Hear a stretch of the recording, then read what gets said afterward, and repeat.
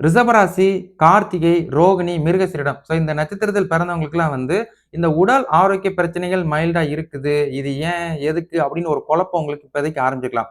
இந்த வருஷம் 4வது மாசம் ராகு கேது பயிற்சி ஆரம்பிச்சதுலேருந்தே வந்து, உங்களோட உடல் ஆரோக்கியத்துல இருந்து ஏகப்பட்ட மாற்றங்கள் வந்து உங்களுக்கு நிகழ்ந்துகிட்டு இருக்குது அப்படின்னா, அது காரணம் வந்து ரிஷபராசியில் பிறந்தவங்களுக்கு ராசிக்கு 4ல வந்து கேது.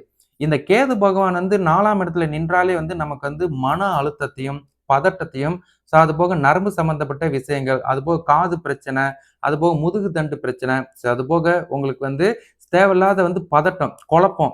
மனநிலை வந்து ஒரு நிலையா சீராக வச்சிருக்க முடியாத ஒரு சூழ்நிலை. தேவையில்லாத மாய பிம்பத்தை ஏற்படுத்தி உங்களுக்கு வந்து ஒரே கொலாப்ஸ் பண்ணிக்கிட்டே இருப்பாரு. இந்த பிரச்சனைகள் வந்து உங்களுக்கு இருக்குதுன்னா, இது அடுத்த வருஷம் 10வது மாசம் வரைக்கும் தொடரும். ரிஷபராசியில் பிறந்த எல்லாருக்குமே இந்த பிரச்சனை இருக்கும். சின்னவங்கல இருந்து பெரியவங்க வரைக்கும். அதனால நீங்க வந்து மனத ஒருநிலைப்படுத்திக்கோங்க. பதட்டப்படாதீங்க. அதீதமா வந்து ரொம்ப பிரஷர எடுத்துக்கிடாதீங்க. இல்லன்னா மன அழுத்தம் வேற வந்து அது வந்து ஏதாவது ஒரு தவறுதலா கொண்டு போய் விட்டுரும். அதனால உடல் ஆரோக்கியத்துல கவனம் செலுத்தணும். சாப்பாடு விஷயத்துல கவனம் செலுத்திக்கணும். அது போக உங்களுக்கு வந்து ஒரு சிலருக்கு வந்து இந்த பக்கவாதம், நரம்பு இழுக்கிறது, பக்கவாதம் வருது இந்த மாரி விஷயங்களும் ஏற்படுத்துவாரு.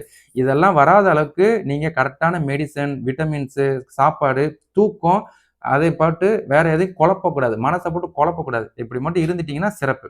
இது வந்து அடுத்த வருஷம் 10வது மாசம் வரைக்கும் இப்படித்தான் இருக்கும். நீங்க மெயின்டெயின் பண்ணிக்கிட்டே தான் இருக்கணும்.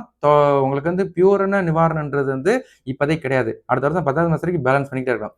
2வது வந்து ஃபினான்ஷியல்ல இம்ப்ரூவ்மென்ட் இருக்குமா அப்படின்ற ஒரு கேள்விக்கு, ஃபினான்ஸ் வந்து உங்களுக்கு வந்து அடுத்த மாசம் 9ஆம் தேதிக்கு அப்புறம் தான் வந்து ஃபினான்ஷியல்ல ஒரு இம்ப்ரூவ்மென்ட் ஸ்டார்ட் ஆகும். இப்போதைக்கு உங்களோட அதிபதி ராசிக்கு 4ல நின்று உங்களோட தொழில் ஸ்தானத்த பார்க்கறதுனால ஓரளவு பேலன்ஸ் பண்ணாரு.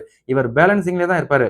பட் வந்து அடுத்த மாசம் 9ஆம் தேதியில இருந்து தான் உங்களுக்கு வந்து இவரு ஃபினான்ஷியல்ல ஒரு முன்னேற்றம். காரணம் குரு அதிசார வக்ர பேச்சு நடக்கிறது தான் ஒரு பாசிட்டிவ். ஏன்னா இந்த குரு வந்து ராசிக்கு வந்து 3ல தைரியஸ்தானத்துல நின்று உங்களோட பாக்கியஸ்தானத்தையும், லாபாதிபதி ஸ்தானத்தையும் பார்க்கறதுனால பொருளாதாரத்துல ஒரு முன்னேற்றத்தை இவர் ஏற்படுத்துவாரு. அதை நீங்க கரெக்ட்டா தக்க வச்சுக்கிறதும், கரெக்ட்டா பயன்படுத்திட்டீங்கன்னா, அடுத்த 2 1/2 மாசம் உங்களோட மாசம் தான் அப்படின்றத நான் ஞாபகப்படுத்துறேன். உடல் ஆரோக்கியத்துல இம்பார்ட்டன்ட் குடுத்துக்கோங்க. ரொம்ப பிரஷர் எடுத்துக்கிடாதீங்க. சரிங்களா?